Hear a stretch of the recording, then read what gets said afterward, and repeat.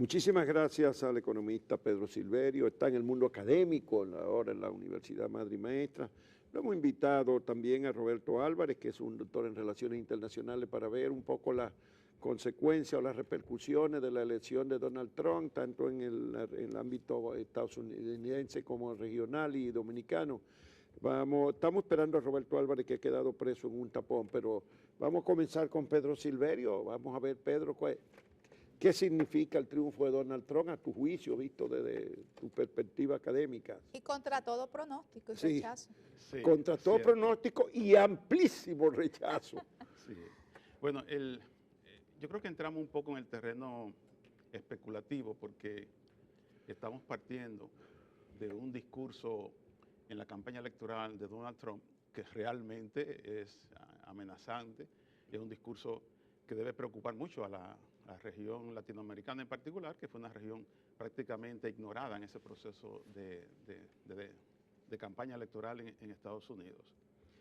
Y ciertamente Donald Trump llega a la presidencia que, además de ser contra los pronósticos, llegó con un margen de una victoria en los colegios electorales sorprendente.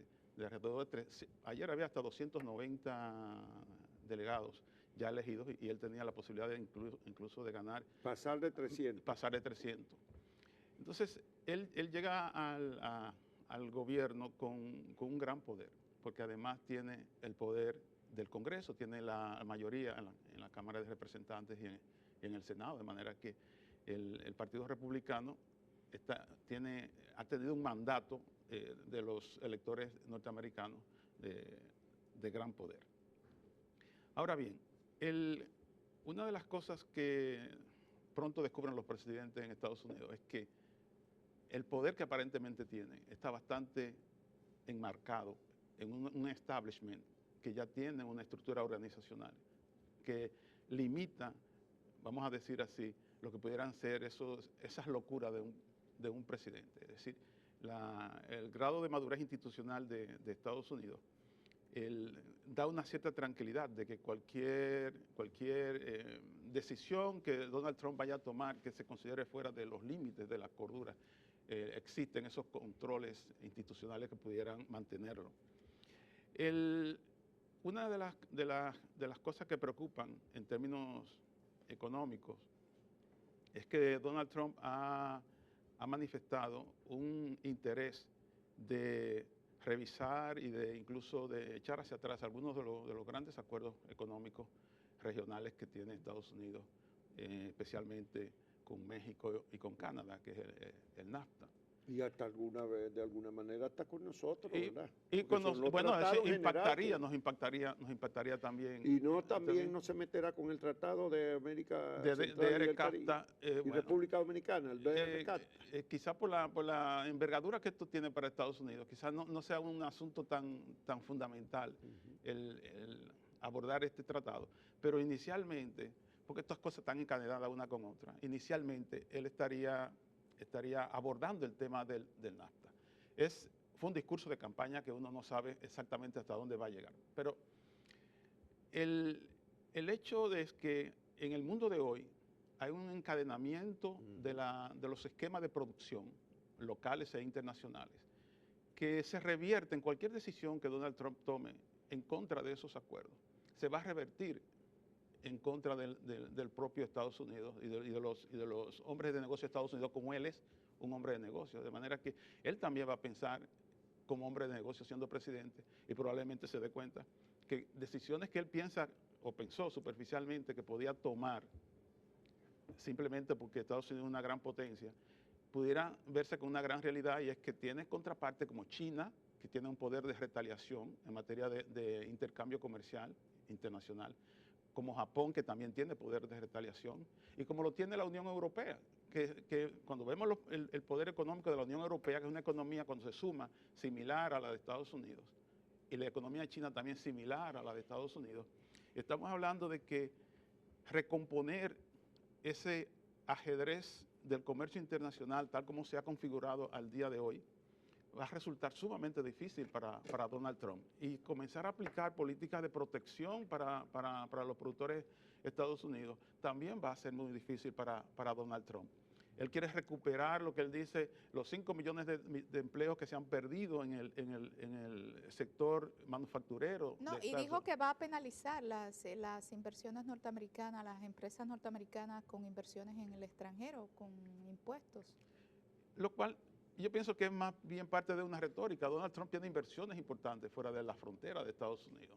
La tiene en Rusia, la tiene en otras partes del mundo. Está ¿sí? construyendo su imperio inmobiliario y hotelero llegando fuera de Estados Unidos. Es decir, él apeló a una radicalización de unos sectores conservadores en Estados Unidos, lo motivó y los llevó a votar masivamente por él.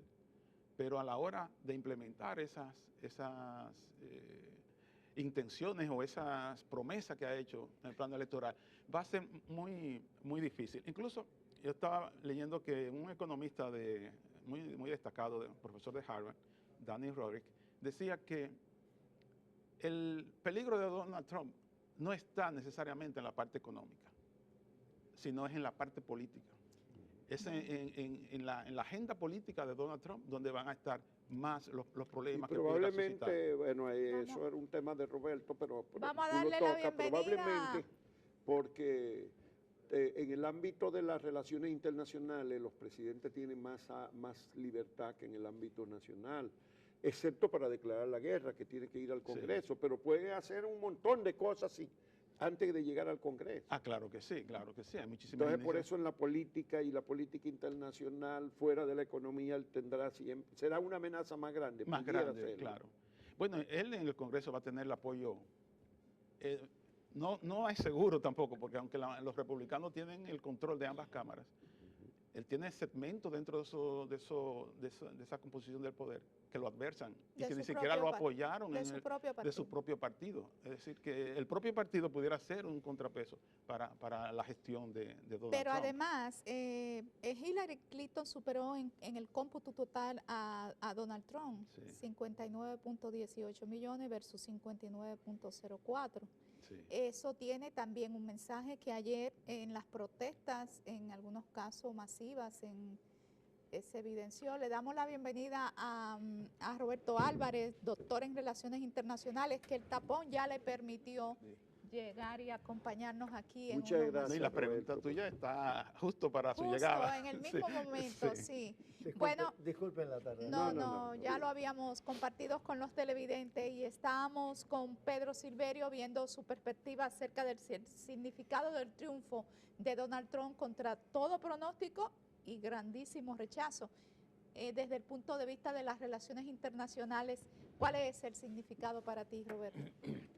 Mira, es impredecible, perdón, hay una gran incertidumbre ya que Trump realmente ha dicho muy poco, aparte de lo que ha dicho de Putin, de Rusia, de Siria, de la guerra contra el terrorismo, de la competencia con China, de colocarle barreras o tarifas. De construir un muro y que lo pague México. Y ya iba ahí, y en la cuestión del comercio internacional, pues inmediatamente de no ratificar el TPP, el Acuerdo Transpacífico, que ya ha sido negociado, pero que se requiere la aprobación de Estados Unidos para que entre en vigor, y que tampoco va a continuar negociando con el acuerdo transatlántico con Europa, que yo creo que ya estaban mencionando, y que va a derogar, es lo que ha dicho, el Tratado de Libre Comercio con México, NAFTA. Eso lo ha dicho varias veces, lo ha repetido. Esas son así a grandes rasgos, lo que ha dicho sobre política exterior. Lo que estábamos diciendo era que tan fácil son tomar esas decisiones o no. En cosas que están en proceso de discusión como el Transpacífico, ¿verdad? ¿Así que se llama?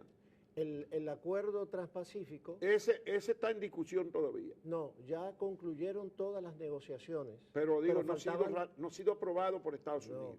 Faltan las ratificaciones. Falta. Eso es más posible que un tratado que ya tiene años de vigencia, ¿verdad? Correcto. Que tiene más complicaciones. No solamente complicaciones, como creo que estaba ya señalando Pedro en ese sentido, el peso que tiene la Unión Europea como un grupo de países que es similar mayor en población que a Estados Unidos, pero en peso económico también.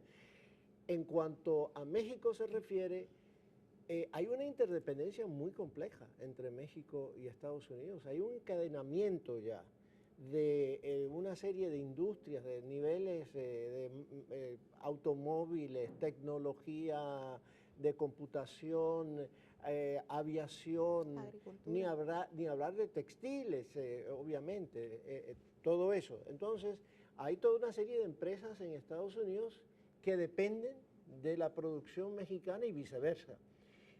Estamos hablando que México exporta a Estados Unidos 1.500 millones de dólares diarios. Entonces, la cuestión diarios son 1.500 millones de dólares 1.500 cada millones de día. dólares diarios.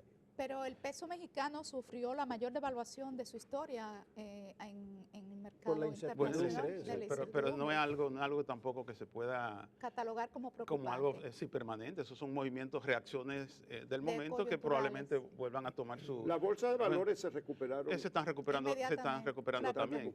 Pero el tema que trata Roberto de esos vínculos que hay entre que no podemos decir, tenemos productores norteamericanos y tenemos productores mexicanos. No podemos decir eso porque en México hay productores norteamericanos, muchos productores, y parte de lo que se dice es que los empleos de Estados Unidos se mudaron hacia México. Y Trump dice, bueno, vamos a recuperar esos 5 millones de empleos que se han perdido, pero es que esa pérdida de esos 5 millones de empleos del sector manufacturero no son el resultado necesariamente de que inversionistas norteamericanos se hayan ido para México. Es que ha habido también un proceso tecnológico que ha ido cambiando la naturaleza de la estructura de las economías. Y muchos de estos puestos de trabajo se han perdido por los avances tecnológicos. Pero en sentido global, cuando uno mira lo que era la tasa de desempleo de Estados Unidos hace unos 5 años, que llegó a estar cerca del 11%, a raíz incluso de las crisis financieras, del 2007. Uno mira esto y mira la tasa de desempleo de Estados Unidos hoy. Y hay que concluir que se ha reducido en prácticamente un 50% esa tasa de desempleo de Estados Unidos. Es decir, que han habido otras formas de generación de empleo que ha traído esos cambios tecnológicos que han compensado, más que compensado, las pérdidas de trabajo como resultado de que productores norteamericanos se hayan ido a México. Un aviso pudo haber sido las declaraciones que dieron ayer Angela Merkel de Alemania, la premier alemana, y el presidente Hollande de Francia. Ambos coincidieron en que fue una advertencia que le hicieron a Donald Trump de respeto y de diálogo. Igual que la Organización Mundial del Comercio. No bajaron la cabeza. El francés dijo incluso que este era un momento relevante para Francia. Sí, el encargado de Derechos Humanos de Naciones Unidas también hizo advertencia en cuanto al cumplimiento del tema de derechos humanos, que Trump ha en su momento dicho que va a relajar los ciertos estándares en relación, por ejemplo, a la tortura. En su lucha con el terrorismo, que es uno de los aspectos que más ha enfatizado. Ahora, yo creo que Trump ahora, que va a tener un Senado y una Cámara de Representantes con mayorías, creo por 2 años por lo menos, ¿no? Antes de que se vuelvan a celebrar las próximas elecciones, que él va a aprovechar ahora, sobre todo para su agenda nacional. Es lo primero a lo cual creo que se va a dirigir. A la cuestión de los impuestos, fue lo que propuso, reducir los impuestos de las corporaciones de un 35% a un 15%, reducir el impuesto individual, que ahora está en un 39%, el más alto, es decir, que va a simplificar de 7 ahora en niveles de impuestos diferentes a 3. El personal de 39.3 lo va a bajar, ahora no recuerdo exactamente a qué niveles que ha hablado, pero considerablemente también, y el impuesto sobre las ganancias de capital, que ahora mismo está en un 20% más un 3.8% que es para el plan de salud de Obama, es decir, un total casi de 24% para las ganancias de capital. Ese también lo va a rebajar y si mal no recuerdo creo que también a un 18%. Para un empresario que reportó déficit en sus empresas durante tantos años y sin embargo acumuló tal nivel de riqueza, económicamente, ¿cuál sería la fórmula para rebajar todos esos impuestos y mantener la economía a flote? Bueno, esa es, yo creo que una gran pregunta, porque la situación financiera del gobierno de Estados Unidos no es tampoco la mejor. O sea, Estados Unidos tiene un gobierno altamente endeudado, muy endeudado. Con unos déficits muy Entonces, exactamente. Entonces, Y la por un mayor lado, deuda creo que es con China. bueno, No exactamente. No. Está bastante diversificada, perdón. Los bonos del Tesoro están sobre todo en manos de fondos de pensiones internos en Estados Unidos. en otra proporción es China, sí. Y la mayoría de los fondos que están en el exterior se dividen entre una serie de naciones, siendo China la principal. La principal. Entonces, los grados de libertad que tiene fiscalmente hablando Trump son muy reducidos. Y si a eso se le agrega que él está planteando una reducción impositiva que nos recuerda de alguna manera la ola de reformas que trajo Ronald Reagan en los años 80. La plenitud del neoliberalismo reaganista. Exactamente. Y thatcherista. Y que creó realmente un gran dinamismo en la economía norteamericana. En estos momentos, habría que ver cómo va a compensar, porque si bien es cierto que estas reducciones impositivas van a tener un impacto positivo en la actividad económica norteamericana, también es cierto que en muy corto plazo van a crear un problema fiscal, porque en lo que la actividad económica se dinamiza, hay una brecha, un momento de que el gobierno tiene que financiarse. Y esa brecha repercute en otro problema, Pedro. No estamos diciendo que el 1% de la población mundial, o sea, 72 millones de personas, tienen la misma cantidad de riqueza que el 99% restante, o sea, que 7.000 y pico de millones de personas. Entonces, en la reducción de los impuestos a los grandes capitales, a los grandes contribuyentes que deben estar en ese 1%, no acentúa esa situación de insostenibilidad político-social en el mundo y en Estados Unidos también. Mire, yo tengo que decir, la verdad que eso forma parte más de un cliché, el del 99 y 1. Alguien lo dijo, el 1%, el 1% tiene más que el 99%. Eso no es realmente está estadísticamente. Bueno, Oxfam en una serie de informes en los últimos 2 o 3 años lo ha documentado. El mismo Banco y lo han Mundial no ha citado dicho otros esa organismos cifra, No, hay una gran, destacado. yo sé, pero hay una gran desigualdad, es cierto, hay una gran desigualdad. El hecho es que a veces hay una disyuntiva entre la desigualdad y la pobreza. Tú puedes incluso reducir los niveles de pobreza de una sociedad sin reducir los niveles de desigualdad e incluso aumentando los niveles de desigualdad. Entonces, en algún momento, a veces tienes que elegir entre una cosa y la otra. Yo quiero reducir la pobreza, o sea, yo quiero concentrarme en reducir la pobreza o quiero concentrarme en reducir la desigualdad. Pueden ser dos cosas diferentes. Entonces, las políticas como esta, que se llama política de oferta, yo creo que crean un dinamismo en la economía, generan mayores oportunidades de empleo, que es como, de alguna manera, tú combates la pobreza de la manera más genuina y da trabajos, empodera a la gente en términos de sus derechos, en términos de tener un sustento de vida digno. Es cuando tú permites que ellos autónomamente puedan mantenerse. Ahora, cuando se hace a través del ejercicio del Estado y se mantienen grupos sociales estrictamente bajo el amparo de esos beneficios del Estado, no se crea un empoderamiento de los derechos de la ciudadanía. Pero eso va a operar automáticamente en el sentido de que él va a disminuir los impuestos a los capitales de las grandes empresas y va a tomar una serie de medidas que van a favorecer a quienes más tienen. El rol del Estado como regulador del mercado con una presidencia de Donald Trump, ¿cómo garantizaría ese contrapeso de un Estado distribuidor de la riqueza? Sí, lo que ocurre es que en el día de hoy es casi imposible tener políticas impositivas aisladas. Y más cuando se trata de naciones tan grandes como la de Estados Unidos. Estados Unidos está compitiendo en el mercado internacional, está compitiendo con los sistemas tributarios de Europa que están reduciendo muchos de ellos sus impuestos a las inversiones, al capital, para que se inviertan, para atraer inversiones, países que están atentos a lo que hacen otros países en materia del tratamiento a las inversiones. Entonces, eso que está Donald Trump planteando está en consonancia con esa tendencia internacional, de tener inversiones en su país, atraer inversiones en su país, que sean competitivas con los tratamientos que otros países de igual magnitud les dan a esas inversiones, porque al final de cuentas, el motor de generación de riqueza de la economía está en el sector privado. Ahora, el gobierno, el sector público tiene una función fundamental, la de la regulación, preservar esos derechos de propiedad que se generen esa riqueza y a través de la política fiscal utilizar los mecanismos de redistribución que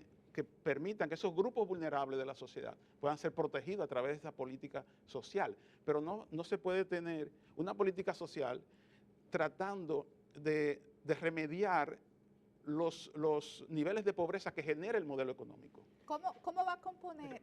Sí, iba a decir algo. Bueno, otra de las propuestas principales de Trump ha sido, que era igual que Hillary Clinton también tenía una similar, es de hacer una inversión, en el caso de Trump, de unos 600.000 millones de dólares en infraestructura. Ese gasto en infraestructura, obviamente, porque Trump, y es la realidad en Estados Unidos, las infraestructuras en general, desde carreteras, trenes, etcétera, se han quedado atrasadas a nivel global. Ese es con el enfoque es de crear empleo. Ese ha sido realmente el tema principal para los que votaron por Trump, fue la creación de empleo. Pero hay otro aspecto que Trump ha dicho que es importante y es eliminar la evasión fiscal. Y en ese sentido, algo que realmente hay que tomar en cuenta en algún momento, que es el aspecto de la globalización, son los paraísos fiscales que han creado hoy en día los Panama Papers, por ejemplo, demostraron de que hay 8.000 millones de dólares, más o menos, que están exentos de impuestos. Y eso es algo que a lo mejor con Trump, que tenía cierto discurso, es un multimillonario, pero tenía cierto discurso anti-Wall Street. Vamos a ver si en este aspecto efectivamente logra hacer algo. Roberto, Pedro, antes de tú llegar decía que los mayores dificultades en la implementación de esa agenda de Donald Trump no van a estar necesariamente en lo económico, sino en otros temas. En materia de relaciones internacionales, donde tú eres un especialista, ¿cuál sería la agenda que podría Donald Trump redirigir?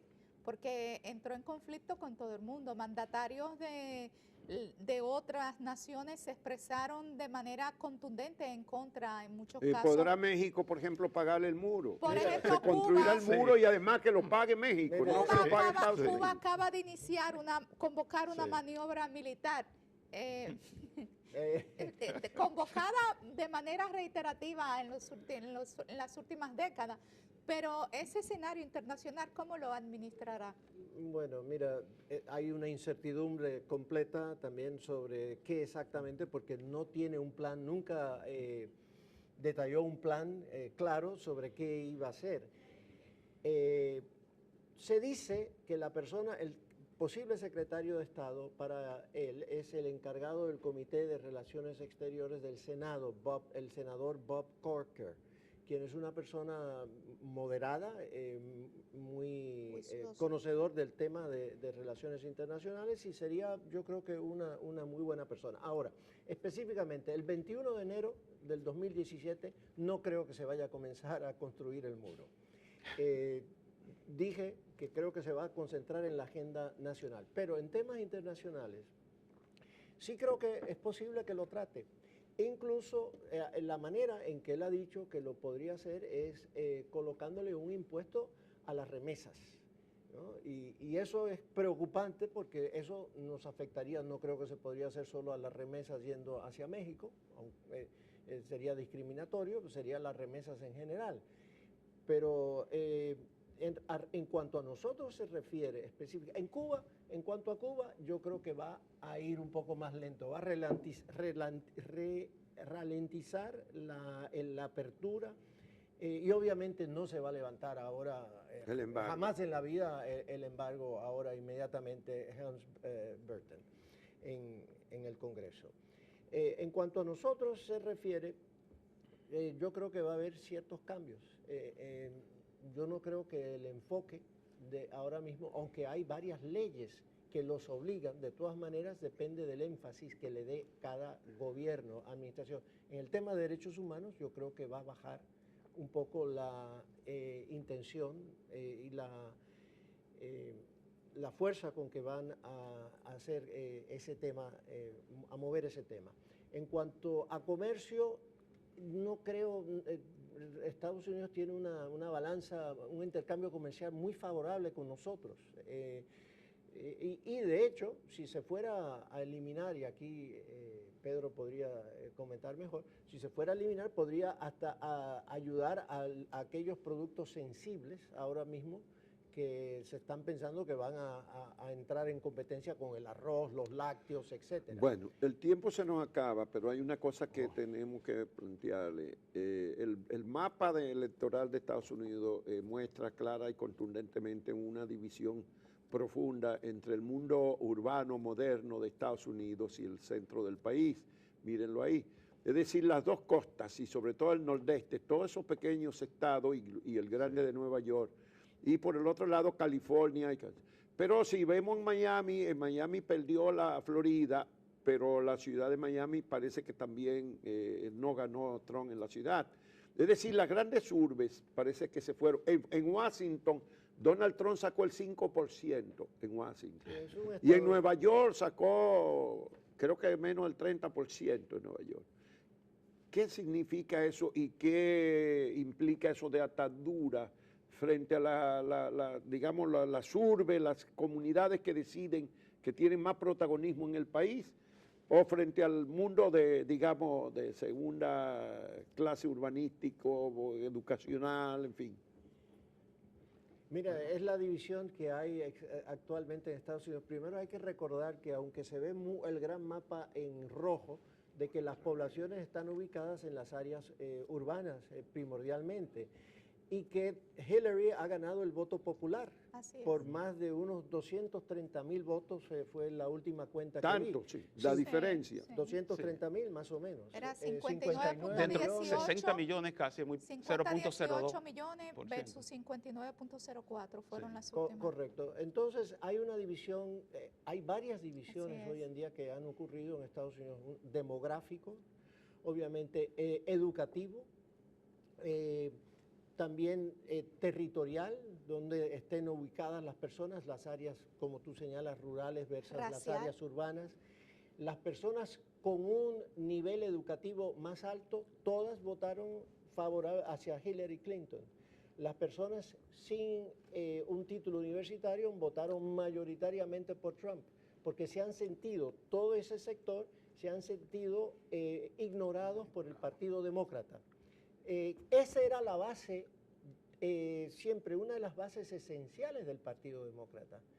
Pero ha habido esta división últimamente, hay una reestructuración entre los partidos, el republicano y Trump logró exactamente conectar con ese sentimiento de que esas personas han sido marginadas, ignoradas y olvidadas.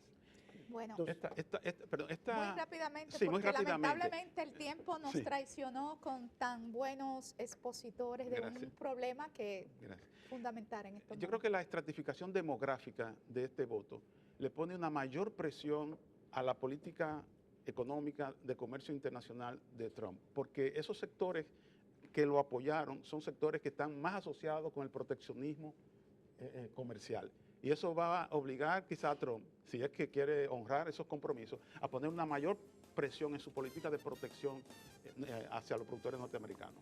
Bueno, vamos a darle las gracias por este rápido pero importante y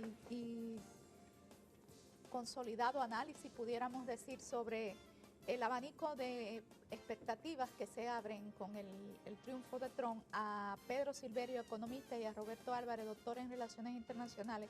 Y de antemano le vamos a pedir otra visita nuevamente a nuestro programa, porque será el paso del tiempo que nos dirá Cuando él defina, verá su agenda. exactamente qué agenda se definirá. Sí, Muchas sí. gracias y lo despedimos con este cafecito Santo Domingo. Muchas gracias.